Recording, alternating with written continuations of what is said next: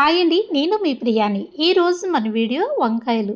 వీటి గురించి నాకు తెలిసిన కొన్ని విషయాలు మీకు షేర్ చేస్తున్నాను. ఒక్కొక్క కూరగాయకి ఒక్కొక్క ప్రత్యేకత ఉంటుంది. వెజిటేబుల్ తీసుకోవడం కూడా మనకి తెలియాలి. కర్రీని టేస్టీగా ప్రిపేర్ చేయటమే కాదు, కూరగాయలను బట్టి కర్రీ టేస్ట్ అనేది ఆధారపడి ఉంటుంది. అలాంటప్పుడు వంకాయ అంటే మన తెలుగువారు చాలామంది ఇష్టపడతారు.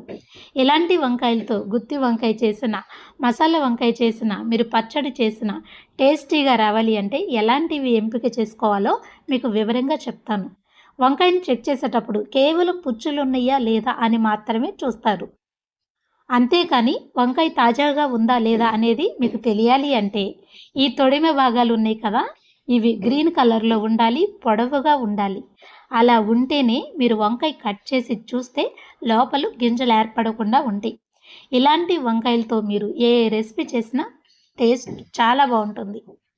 మీకు డౌట్ అనిపిస్తే వంకాయ కట్ చేసినప్పుడు ఒకసారి చూడండి, గింజలు ఏర్పడకుండా ఉంటాయి. ముదిరిన వంకాయలు ఆయిల్లో యాడ్ చేసినప్పుడు త్వరగా మగ్గు. వంకాయ ముక్కలు లాగానే అనిపిస్తాయి, కర్రీలో కూడా కలవు. ఇలాంటి వంకాయల్ని మీరు ఎంపిక చేసుకున్నారు అంటే లాస్ అవ్వకుండా ఉంటారు. ఒరిజినల్ వంకాయ టేస్ట్ని మీరు ఎంజాయ్ చేస్తారు. ఏ కలర్లో వంకాయలు కొన్నా పర్వాలేదండి. ఈ టిప్ని కనుక మీరు ఫాలో అయ్యి తీసుకున్నారు అంటే టేస్ట్ చాలా బాగుంటుంది. కర్రీ చేసినప్పుడు చక్కగా ప్రిపేర్ చేస్తారు. ఎక్కువ రోజులు నిల్వ కూడా ఉంటాయి. తాజా వంకాయలు అయితేనే ఈ కాడలు పొడవుగా ఉంటాయి.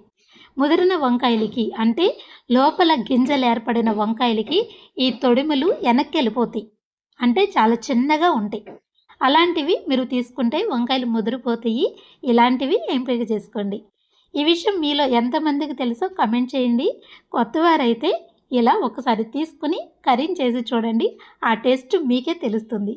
ఈ వీడియో ఎలా అనిపించిందో కమెంట్ రూపంలో తెలియచేయండి.